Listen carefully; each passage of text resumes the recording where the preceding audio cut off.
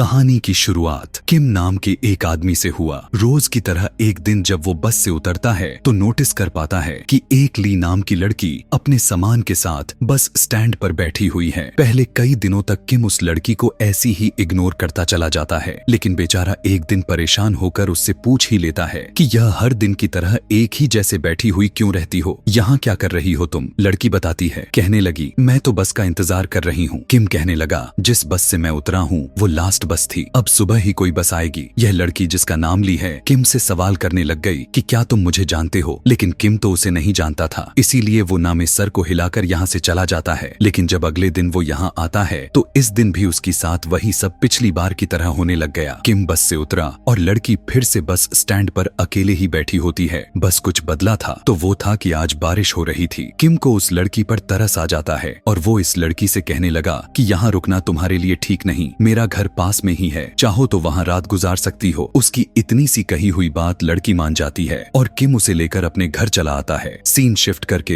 हमें एक नर्स को दिखाया जाता है जो रात के टाइम में आईसीयू में ड्यूटी दे रही थी। उसी रात एक अजीब सा आदमी आईसीयू में आने की कोशिश करता है। नर्स ने जब उसे अंदर जाने से मना किया तो उसने बताया कि वो दरअसल मुर्दा घर जाने की कोशिश कर रहा है, यानी उस जगह जाना चाहता है जहाँ पर हॉस्पिटल वाले मरने के बाद लाशों को फ्रिज करके रखते हैं। अभी उस आदमी की बातों का जवाब नर्स दे पाती, उससे पहले ही एक पेशेंट की तबीयत बिगड़ जाती है और सिचुएशन को हैंडल करके जब वो वापस आती है तो देखती है कि वो आदमी जो मुर्दा घर जाना चाहता था अब वो वहाँ से जा चुका था। जिसके बाद दूसरे सीन में हम एक लाइट शॉप को देख पाते हैं जिसका ओनर जंग नाम का आदमी है। जंग से एक कंफ्यूज सा आदमी लाइट लेने के लिए आता है। जंग उसे लाइट तो दे देता है, लेकिन अजीब चीज तो यह लगा कि जंग उसके कुछ भी बताए बगैर उस आदमी की सारी इंफॉर्मेशन अपने डायरी में लिख लेता है। और तभी उसी शॉप में वही हॉस्पिटल वाला आदमी आ जाता है। जंग उससे पूछने लग गया कि मैं आपकी क्या मदद कर सकता हूँ, पर वो आदमी बिना कुछ बोले बगैर कंफ्यूजन में वहाँ से चला जाता है। अब सीन कट होकर हमें एक स्कूल का सीन दिखाया जाता है जहाँ पर ग्राउंड में एक लड़की एक क्लास पर नजर रखी हुई है। देखने को मिला कि वहाँ पर एक हाईजू नाम की एक लड़की बैठी हुई है। हाईजू भी उसे नोटिस कर लेती है और ऊपर से ही हाय करने लग गई। एक अजीब चीज हम यहाँ पर नोटिस कर पाते हैं कि हाईजू को और एक दूसरी लड़की को यहाँ के सभी बच्चे इस तरह से इग्नोर कर रहे थे जैसे वो उन्हें देख ही नहीं पा रहे हों। हमें दोबारा से लाइट शॉप का सीन दिखाया जाता है जहाँ जंग के पास एक आदमी आता है। इस आदमी के आते ही जंग का चश्मा बर्फ में बदलने लग गया था। वो आदमी जंग से पूछने लग गया कि क्या तुमने एक डॉग देखा है, असल में एक डॉग मुझे बहुत परेशान करता है और मेरे घर के आगे आकर बहुत ही ज्यादा भौंकता रहता है। जंग उसे मना कर देता है कि मैंने अभी तक उस डॉग को नहीं देखा, और यह कहते हुए उसने अपने बर्फ में बदल रही चश्मे को उतार दिया था और उसके चश्मा उतारते ही वो आदमी भी वहाँ से चला जाता है। यहाँ हमें हाईजू के स्कूल को दिखाया जाता है। हाईजू के सारे दोस्त बातें कर रही थीं कि स्कूल में बहुत सारी लड़कियों ने कुछ सोल्स को देखा है। हाईजू भी अब यहाँ पर इन लड़कियों से बात करने की कोशिश कर रही थी, लेकिन बहुत ही अजीब तरीके से वो लड़कियां उसे इग्नोर कर रही थीं। उसकी किसी भी बातों का जवाब नहीं दे रही थीं, यहाँ तक कि उसके बुलाने पर भी उसकी तरफ देख भी नहीं रही थीं। इतने में इधर लाइट शॉप के अंदर एक नई औरत आ जाती है जिसका नाम हमें हाईवोन पता चलता है। वो खामोशी से इस पूरे शॉप को देखने लग चुकी थी और फिर जैसे ही वो एक लाइट को हाथ लगाने वाली थी तो जंग उसे अजीब तरीके से मना करता है और कहने लगा कि तुम्हें ऐसा नहीं करना चाहिए। जंग का जवाब इस तरह से थे कि जैसे उस लाइट को टच करने पर वो औरत किसी को मारने की कोशिश करना चाह रही हो। खैर हाईवोन भी यहाँ से चली जाती है और हम इसी रोड पर हाईजू को देखते हैं। बारिश भी लगातार होती जा रही थी। दरअसल हाईजू स्कूल से घर वापस जा रही थी। रास्ते में चलते टाइम उसे डर लगने लगा तो वो जंग के लाइट शॉप के अंदर आ जाती है और यहाँ हमें पता चलता है कि जंग हाईजू को काफी अच्छे से जानता था और वो उसके आने पर काफी खुश भी हुआ था। जंग उसके यहाँ आने पर उसे एक कैंडी देता है और ये दोनों बातें करना शुरू कर देते हैं। हाईजू बताने लग गई कि वो बहुत ज्यादा डरी हुई है क्योंकि उसने सुना है कि आसपास बहुत सारे भूत रहते हैं। जंग उसे जवाब में कहता है कि यह तो इतनी भी डरने वाली बात ही नहीं है। अब जंग उससे एक अजीब सा सवाल पूछता है कि यहाँ तुम अपनी मॉम के साथ में रहती हो। हाईजू जब हाँ में जवाब देती है तब जंग उसे एक चौंका देने वाली बात यह बताता है कि तुम्हें गॉड की तरफ से एक गिफ्ट मिला है और वो है कि तुम भी सोल, स्पिरिट्स और घोस्ट को देख सकती हो।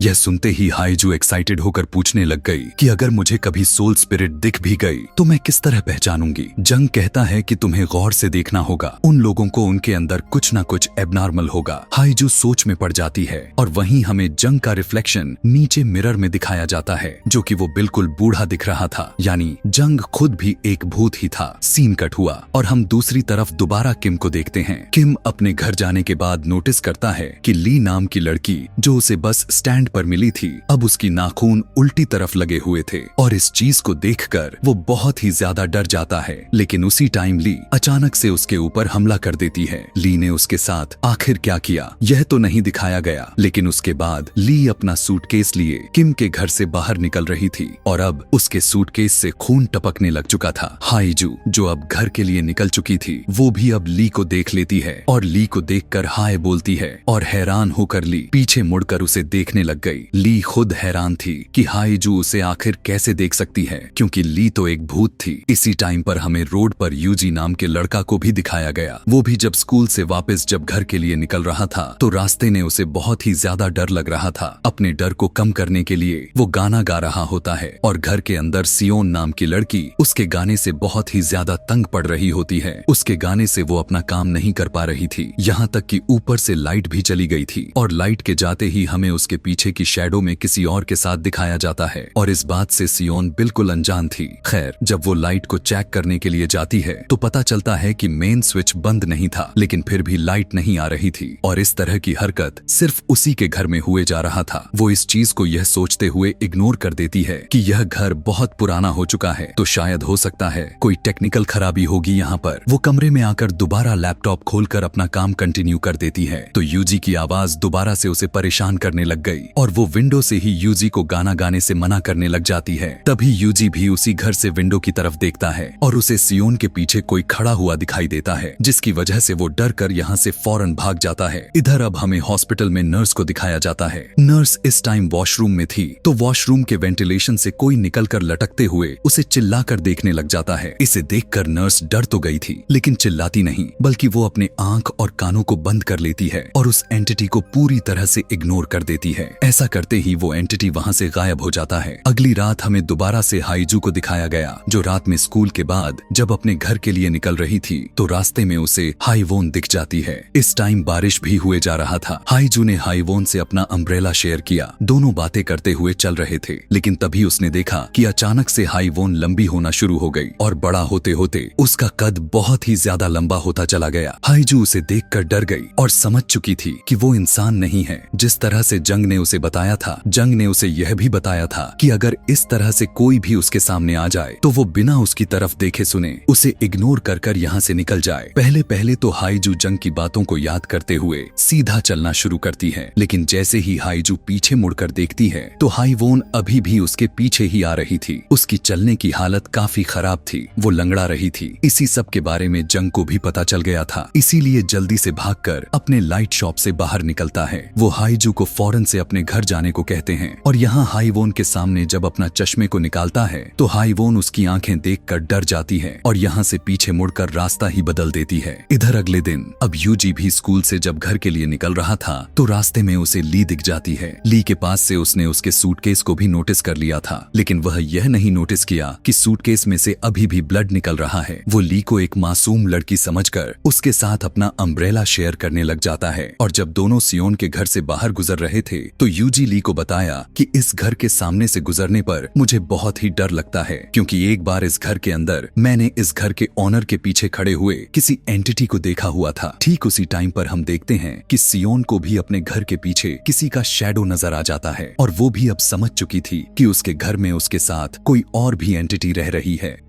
बाहर हम दोबारा से यूजी और ली को देखते हैं। बातें करते हुए यूजी ली के हाथों को देख लेता है और नोटिस कर पाता है कि ली के नाखून पीछे की साइड यानी उल्टी साइड पर लगा हुआ है और यह देखने के बाद उसे भी समझ आ चुका था कि ली भी इंसान नहीं थी और खौफ के मारे उसकी तो जान ही निकल जाती है। डरते हुए वो नीचे भी गिर जाता है और उसके पैर भी टेढ़े हो जाते हैं। वो जोर जोर से कांपने लग चुका था और ली उससे पूछने लग गई कि क्या तुम ठीक हो? यूजी उसकी किसी भी बातों का जवाब नहीं देता और लंगड़ाते हुए यहाँ से चला जाता है। जिसके बाद ली उस लाइट शॉप के अंदर आ जाती है। जंग जब ली को देखकर पूछने लग गया कि तुम्हें क्या चाहिए, मैं तुम्हारी कैसी मदद कर सकता हूँ, कि तभी इस टाइम ली एक बल्ब को गौर से देखने लग गई और जंग को देखकर कहने लग गई कि मैं जानती हूँ कि मुझे क्यों चाहिए। वो वापस आने के लिए मुड़ जाती है कि तभी यहाँ पर डिटेक्टिव आ जाते हैं। यहाँ डिटेक्टिव किसी शख्स को ढूंढते हुए आए थे और वो जंग से उस आदमी के बारे में पूछ रहे थे। गुजरते टाइम वो यह नोटिस कर पाते हैं कि ली जहाँ से गुजर रही थी वहाँ पर खून गिरा हुआ है। उनका ध्यान ली के सूटकेस पर तो नहीं जाता, लेकिन वो रुक कर ली से पूछ लेते हैं, क्या तुम्हें कोई चोट लगी है? लीना में सर हिलाते हुए यहाँ से बाहर जाने लग गई। ली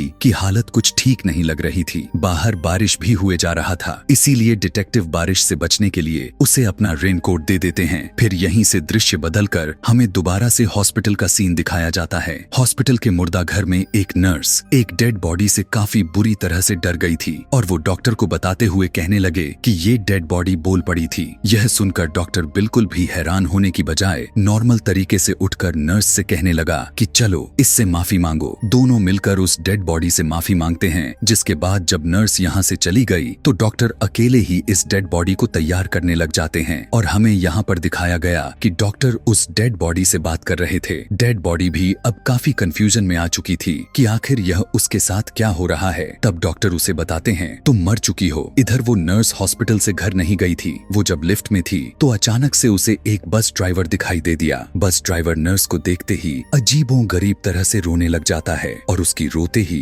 उसकी आंखों की बजाय उसके पूरे बॉडी में से पानी निकलने लग जाता है और पूरा का पूरा पानी लिफ्ट में भर जाता है। नर्स यह देखकर बहुत ही ज्यादा डर जाती है और ये लोग पानी में जैसे ही डूबने ही वाले थे कि तभी अचानक लिफ्ट का दरवाजा खुल जाता है और नर्स देखती है कि यहाँ पर ना तो वो पानी था और ना ही वो रोने वाला आदमी था। सीन कट होकर दोबारा से हमें उसी लाइट शॉप का सीन दिखाया गया जहाँ पर दोबारा से एक क्रिमिनल को ढूंढते हुए डिटेक्टिव आ चुके थे। जंग अब डिटेक्टिव से उस आदमी के बारे में पूछने लग गया जिसे वो ढूंढ रहे हैं। जिस टाइम वो डिटेक्टिव उस आदमी के बारे में बताए जा रहे थे उसी टाइम हम यह नोटिस कर पाते हैं कि डिटेक्टिव के आंखें बार बार बदलकर अजीबों तरह से मूव होने लग गई थी। अगली सुबह हमें हॉस्पिटल का सीन दिखाया गया। नर्स रोज की तरह अपनी ड्यूटी पर आ जाती है और जब वो एक पेशेंट को लिफ्ट के जरिए एक दूसरे रूम में शिफ्ट करने की कोशिश कर रही थी तब वो पेशेंट उसे बताता है कि मुझे इस हॉस्पिटल में बहुत सारे ऐसे लोग नजर आते जा रहे हैं जो बाकी किसी को नजर नहीं आते। नर्स उसे कुछ नहीं बोलती और कहती है कि मैं भी उन लोगों को देख सकती हूँ। इंसानों को ऐसा तब होता है जब हम मौत के मुंह में जाकर यानी मरने के बाद दोबारा से जीवित हो चुके होते हैं। वो बताती है कि मेरा भी एक ऐसा एक्सीडेंट हुआ था जिसके बाद मैं मौत के मुंह से वापस निकल कर आ चुकी थी और उसी दिन से मैं भी उन लोगों को देख सकती हूँ और अगर अब तुम भी ऐसी किसी को देखो तो उसे इग्नोर कर दो। इसके बाद उस पेशेंट को आईसीयू के रूम में लेकर आती है और यहाँ आईसीयू के रूम में हम बहुत सारे पेशेंट्स को देख पाते हैं जो कि इस टाइम कोमा में चले गए थे। हैरानी की बात थी कि ये सारे के सारे पेशेंट्स वही कैरेक्टर थे जिन्हें हम काफी देर से इस कहानी में देखते आ रहे हैं। यानी यहाँ पर एक बहुत ही बड़ा ट्विस्ट सामने निकलकर यह आया था कि हम जिन लोगों को देखते आ रहे हैं वो जिंदा नहीं हैं। असल में उन सारे कैरेक्टर के सोल हमें इसी दुनिया में भटकती हुई दिखाई जा रही थी क्योंकि ना तो वो मरे हुए थे और ना ही जीवित थे बल्कि वो तो कोमा में थे, इसीलिए उनकी सोल्स दुनिया भर में भटकती हुई दिखाई जा रही थी। अब फाइनली हमें हाइजू को दिखाया गया। हाइजू हर बार जब जब पढ़ने जाया करती थी तो वो अपने मॉम के लिए लाइट शॉप से एक बल्ब लाया करती थी, लेकिन अजीब बात तो यह थी कि जब भी वो घर पर आकर बल्ब लगाती थी तो वो बल्ब फौरन से खराब भी हो जाता था और इस तरह से उनके डस्टबिन में बहुत सारे बल्ब जमा हो गए थे।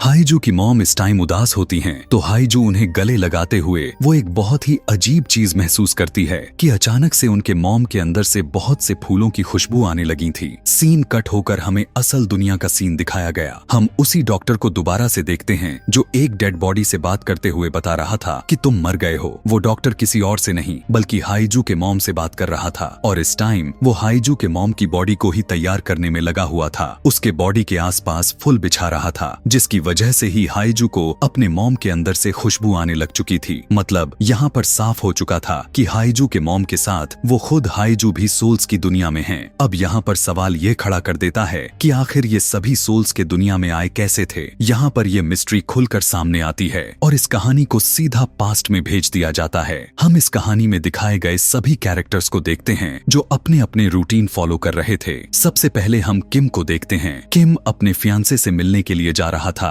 और किम की मंगेतर कोई और नहीं बल्कि ली ही थी। जिसके बाद हमें हाईवॉन और सियोन को दिखाया जाता है। यहाँ पर पता चलता है कि ये दोनों एक साथ ही रहते हैं। वहीं पर फाइनली अब हम हाईजू और उसकी मॉम को भी देख लेते हैं। हाईजू की मॉम हाईजू का बहुत ही ज्यादा ख्याल रखा करती थी। हमेशा की तरह हाईजू के डैड उसे लेने के लिए आया करते थे, लेकिन क्योंकि उस दिन हाईजू के डैड बिजनेस ट्रिप पर चले गए हुए थे तो इसीलिए खुद हाईजू को लेने के लिए उसकी मॉम आई हुई थी। यहीं से निकलते हुए हमें यूजी को भी दिखा दिया जाता है। यूजी आकर एक बस में बैठा जिसमें पहले से वही बस ड्राइवर था जिसे हम पहले ही शुरुआत में ही देख चुके हैं। उसी टाइम जिस टाइम वो नर्स के साथ लिफ्ट में था, जो रोने से उसकी बॉडी से निकला हुआ पानी लिफ्ट में भरता जा रहा था। इस टाइमर पर ड्राइवर नोटिस करता है कि बस के ब्रेक सही से काम नहीं कर रहे हैं। वो इन्हें रिपेयर नहीं करता क्योंकि उसे जल्दी भी थी और बस के निकलने का टाइम होता ही जा रहा था। और इसी बस में इस टाइम सभी मेन कैरेक्टर्स सवार हो चुके थे। बस अब रास्ते पर निकल चुकी थी। बारिश भी लगातार हुए जा रहा था कि तभी अचानक बस का बैलेंस बिगड़ता है, टायर पंक्चर हो जाता है, इवन ब्रेक भी काम नहीं करती और बस सीधा ब्रिज को तोड़ते हुए पानी में गिर जाती है। ली इस टाइम जो अगले टर्मिनल पर बस का इंतजार किए जा रही थी ताकि उस बस के अंदर से किम निकलकर उसके पास आए, वो इस एक्सीडेंट को देखकर पूरी तरह से टूट जाती है। यहाँ पर अब सबकी जिंदगियां दांव पर लग चुकी थीं।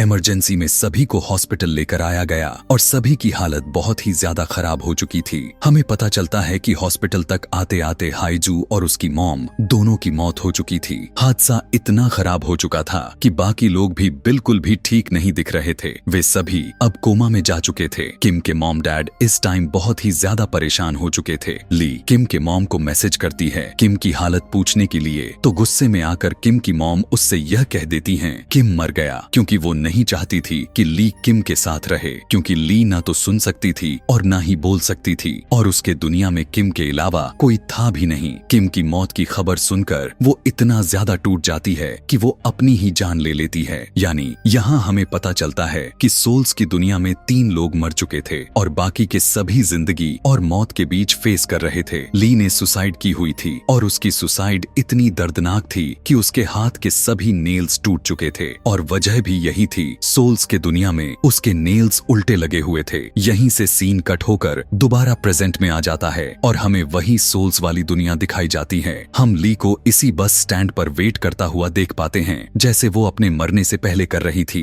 बस में से किम निकल कर आता है। असल में वो किम नहीं है, किम की सोल है, जबकि किम यह तक भूल चुका है कि ली उसकी मंगेतर हुआ करती थी। हर रोज की तरह वो ली को देखता है, यह सोचता है कि ली उसे इतनी गौर से क्यों देख रही है और यहाँ से चला जाता है। हमेशा थोड़ी ही दूर जाने पर हर बार की तरह किम गिर जाया करता था, क्योंकि असली दुनिया में उसकी दोनों टांगे टूट चुकी थीं। इसीलिए वो इस सोल वाली दुनिया में भी सही से चल भी नहीं पा रहा था। इस सोल के दुनिया में किम के बार बार बस से निकलना, थोड़ा सा दूर जाकर गिर जाना और ली का फिर उसे संभालना, यह सब के सब एक लूप में चलता जा रहा था। हमेशा की तरह ली उसे संभाल कर अपने घर लेकर जाया करती थी और रोज उसकी टांगे सिल दिया करती थी ताकि वो इस सोल वाली दुनिया में भी चल सके और असली दुनिया में भी जल्द ही ठीक हो जाए। यानी यहाँ पर ली को, जहाँ हम इस पूरे कहानी में एक किलर समझते आ रहे थे, असल में वही किम की सबसे अच्छी अभिभावक यानी अच्छी हमदर्द थी। सीन शिफ्ट करके हमें अब सियोन को दिखाया गया जो अब अपने अंधेरे घर में थी। काफी देर लाइट नहीं आती तो वो पूरी तरह पागल सी होने लग जाती है और जैसे ही नीचे गिरती है तो उसे अपने एक्सीडेंट के बारे में सब कुछ याद आ जाता है। उसे याद आता है कि उसे बचाने के लिए उसकी दोस्त हाईवोन ने उसे पीछे से पकड़ लिया था। यह जानकर वो फूट फूट कर रोने लग जाती है और हाईवोन उसे दिलासा देने लग गई थी। यहाँ पर डिटेक्टिव भी सिगरेट ऑन करने के लिए अपना लाइटर जलाता है और जैसे ही रोशनी के थ्रू उसे अपना शैडो नजर आता है तो वो देखता है कि उसका आधा सर गायब हो चुका था। वो डर कर लाइट शॉप के अंदर चला जाता है और वो जंग से इन सारे हो रहे कांड के बारे में पूछने लग गया कि ऐसे अजीब अजीब तरह के बर्ताव उसके साथ ही क्यों हो रहा है। वो जंग से एक और भी सवाल करता है कि इस दुनिया में कभी सुबह क्यों नहीं होती, हमेशा रात ही क्यों रहती हैं। उसकी पूछे हुए बातों के जवाब में जंग कुछ भी नहीं बोलता, बल्कि वो सीधा अपने चश्मे को निकाल देता है और हम पहली दफा उसकी डिमोनिक आंखें को देख पाते हैं। उसकी आंखें को देखकर डिटेक्टिव पूरी तरह से समझ चुका था कि जंग कोई इंसान नहीं है और वो डिटेक्टिव भी जान चुका था कि वो भी अब इंसान नहीं रहा। डिटेक्टिव को अपना एक्सीडेंट तो अच्छे से याद था, लेकिन अब वो जंग से उसकी अपनी कहानी पूछने लगा कि तुम यहाँ पर कैसे आए हुए थे। जंग बताता है कि सालों पहले काफी तेज एक भूकंप आया था तो हमारी बिल्डिंग ढह गई थी। उस बिल्डिंग में मैं और मेरी बेटी दोनों ही अंदर दब गए थे। मैं अपने बेटी को ढूंढने की और उसे बाहर निकालने की बहुत ही कोशिश की, लेकिन जब मैं उसे नहीं निकाल सका तो मैं इसी लाइट शॉप में मदद मांगने के लिए आया। उस टाइम यहाँ पर इस लाइट शॉप की ओनर एक लड़की थी जिसने मुझे देखकर बताया कि मैं मर चुका हूँ और एक आत्मा बन चुका हूँ, और उसने मुझे यह भी बताया हुआ था कि तुम्हारी बेटी को असली दुनिया में रेस्क्यू कर लिया गया है और वो जिंदा है, इसीलिए अब वो तुमसे मिल नहीं सकती। जंग बताने लग गया था कि उसी दिन के बाद से मैं इस लाइट शॉप को संभालने लगा, क्योंकि मुझे पता चल गया था कि मरने के बाद या फिर किसी भी मुश्किल में सोल्स एक बार जरूर इस लाइट शॉप में आते हैं। इसी उम्मीद में इस लाइट शॉप पर काम कर रहा हूँ ताकि मैं एक दिन शायद अपने बेटी से मिल पाऊँ। अब डिटेक्टिव जंग से पूछने लगा कि क्या मैं मर चुका हूँ। तब जंग ने जवाब दिया कि नहीं, तुम कोमा में हो, अभी तुम्हारी सोल सिर्फ यहाँ पर है, तुम वापस दुनिया में जा सकते हो और यह जगह तुम्हारे लिए एक पोर्टल जैसी है जो इस दुनिया को और तुम्हारी इंसानों वाली दुनिया को जोड़ती है। तुम्हें यहाँ पर अपने लाइट को ढूंढना है। अगर तुम्हें तुम्हारी लाइट मिल जाती है तो तुम वापस अपने दुनिया में चले जाओगे। डिटेक्टिव इधर उधर देखने लग जाता है। यहाँ पर बहुत सारी लाइट थी। वो जंग से पूछने लग गया कि मेरी वाली लाइट कौन सी है और मुझे कैसे मिलेगी। जंग उसे बताया कि तुम्हें तुम्हारी लाइट मिल चुकी है। वो हैरान होकर अपने लाइट की तरफ देखता है जो अभी भी उसके बगैर जलाए ही जल रहा था, यानी यही उसकी लाइट थी। यहाँ उसी सोल को दुनिया में अब हम उस बस ड्राइवर को भी देखते हैं। बस ड्राइवर इस दुनिया में आए हुए अपने सभी पैसेंजर्स को लाइट शॉप तक पहुंचना चाहता है ताकि जो लोग इस दुनिया यानी कोमा में हैं उनकी लाइफ दोबारा से नॉर्मल हो सके और वो किसी तरह अपनी गलती को सुधार सके, क्योंकि उसी के वजह से इतना बड़ा कांड हुआ था। अगर उसने ब्रेक ठीक कर ली होती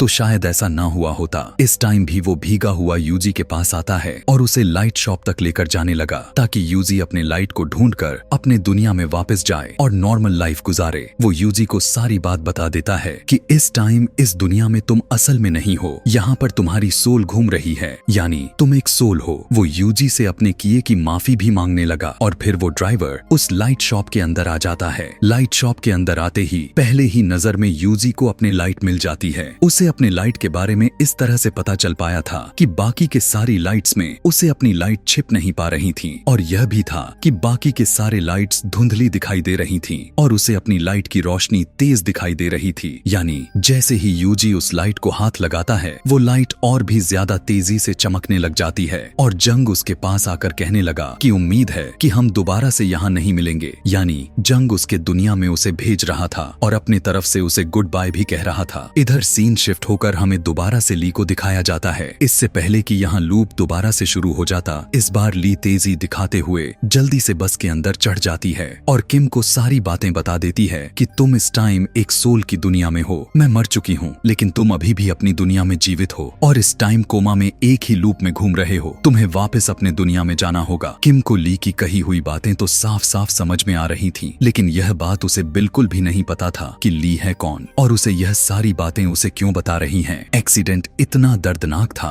कि वो पूरी तरह से भूल चुका था। यहाँ पर हम देखते हैं कि बस ड्राइवर सियोन को लेने के लिए आया हुआ था। वहाँ पर उसे सियोन की फ्रेंड भी मिल चुकी थी जिसे वो माफी मांगने लगा। उसकी अपनी मौत के लिए सियोन की फ्रेंड उसे माफ कर देती है और अब वो सियोन के फ्रेंड से रिक्वेस्ट करता है कि प्लीज तुम उसे लाइट शॉप में भेज दो। उसकी जिंदगी के बचने की उम्मीद अभी भी कुछ बाकी है, वो अभी पूरी तरह से नहीं मरी हुई है।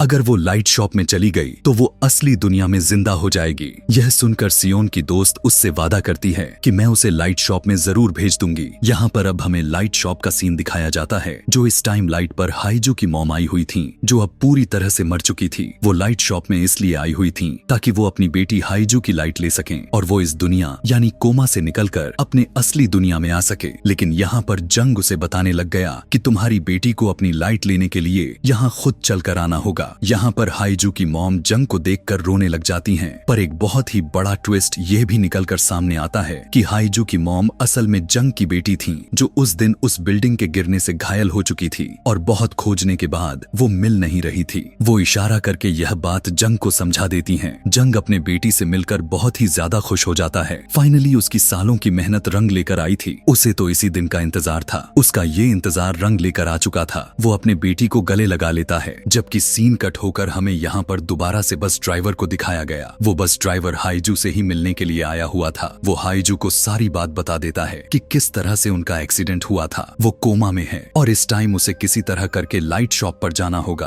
ताकि वो अपने दुनिया में वापस जा सके। यह सारी बातें जानकर हाइजू को काफी जोर से झटका लगता है। हाइजू के साथ इतना कुछ जो अभी तक अजीब होता चला आ रहा था, जिसकी वजह से वो काफी परेशान हो चुकी थी। आखिर वो वजह यह था कि उसकी सोल कभी किसी को नजर ही नहीं आ रही थी। इसे आज समझ आया कि क्यों सभी दोस्त उसे इग्नोर किए जा रहे थे और क्यों स्कूल में सिर्फ एक ही लड़की उसे देख पाती थी। वो बहुत ही ज्यादा मात्रा में घबरा जाती है और घर जाती है, जहाँ पर वो देखती है कि उसकी मॉम उसके लिए लाइट लेकर आई हुई थी। यहाँ पर उसे यह बात पता चलता है कि उसकी मॉम असली दुनिया में मर चुकी हैं। यह जानकर वो पूरी तरह से टूट जाती है और अपनी लाइट लेकर अपनी दुनिया में जाने से इनकार कर देती है। हाइजू अपने दोनों हाथों को बांध चुकी थी। वो लाइट को नहीं पकड़ती, लेकिन हाइजू की मॉम उसे गले लगाकर प्यार करती हैं। बहुत कुछ प्यार से समझाने लग गई और जबरदस्ती उसके हाथ में उसकी लाइट पकड़ा देती हैं। इधर सियोन की दोस्त ने भी सियोन को वादा करके लाइट शॉप भेज दिया। लाइट शॉप में जाकर सियोन ने देखा कि उसकी लाइट बहुत ही कमजोर थी, यानी उसकी जिंदा बचने के चांसेस बहुत ही कम थे। अगर वो जिंदा बच भी जाती तो ज्यादा से ज्यादा मात्रा में बीमार ही पड़ी रहती और वहाँ पर दुखी भी रहती,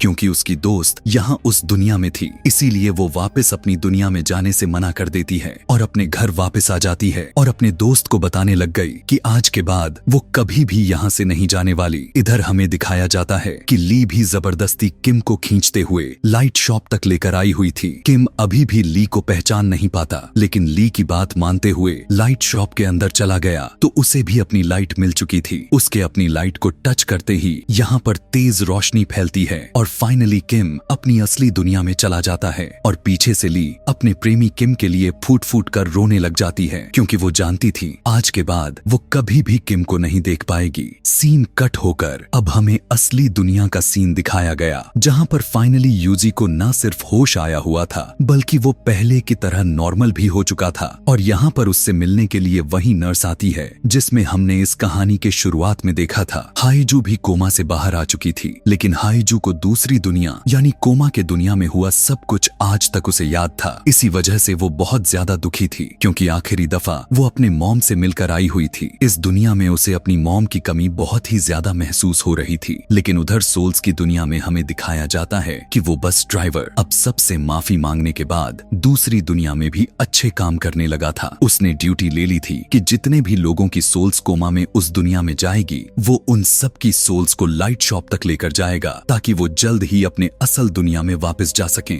यहीं इस दुनिया के अंदर अब लाइट शॉप में जंग के साथ साथ हाइजू की मॉम यानी जंग की बेटी भी रहती हैं और ये दोनों बाप बेटी इस दुनिया में एक दूसरे से मिलकर बहुत ही ज्यादा खुश हैं। फाइनली अब असली दुनिया में हम किम को भी देख पाते हैं, जो कोमा से बाहर तो निकल चुका था, लेकिन आज भी उसे ली याद नहीं थी। ली के बारे में वो अपने मॉम और कुछ लोगों से सुनता तो है कि वो उसकी फ्रेंड थी, लेकिन उसे कुछ अपनी बात याद नहीं थी। लेकिन उसे यह बात जरूर याद था कि सोल्स के दुनिया से असली दुनिया में आने में उसकी मदद ली ने ही की थी। डिटेक्टिव भी अब अपने लाइफ में वापस आ चुके थे, लेकिन दोबारा लाइफ मिलने की वजह से उन्हें भी इस दुनिया में मौजूद सभी सोल्स नजर आए करते थे और इस वजह से डिटेक्टिव काफी डिस्टर्ब रहने लगे थे। यहाँ पर डिटेक्टिव को एक अजीब सा आदमी मिलता है और डिटेक्टिव को परेशान होने से मना करता है और कहने लगा कि मैं समझ रहा हूँ कि आप दूसरी दुनिया के लोगों को और सोल्स को देखकर डिस्टर्ब हो रहे हो। पहली दफा में मैं भी इसी तरह से डिस्टर्ब हुआ करता था, क्योंकि मैं भी उन सबको देख सकता हूँ, लेकिन धीरे धीरे सब कुछ नॉर्मल हो जाएगा। यही बात कहते कहते ही यह कहानी यहाँ पर खत्म हो जाती है। ऐसे ही और भी मूवी एक्सप्लेनेशन वीडियोस देखने के लिए चैनल को सब्सक्राइब और कमेंट में नेक्स्ट मूवी लिखना ना भूलें। Thanks for watching.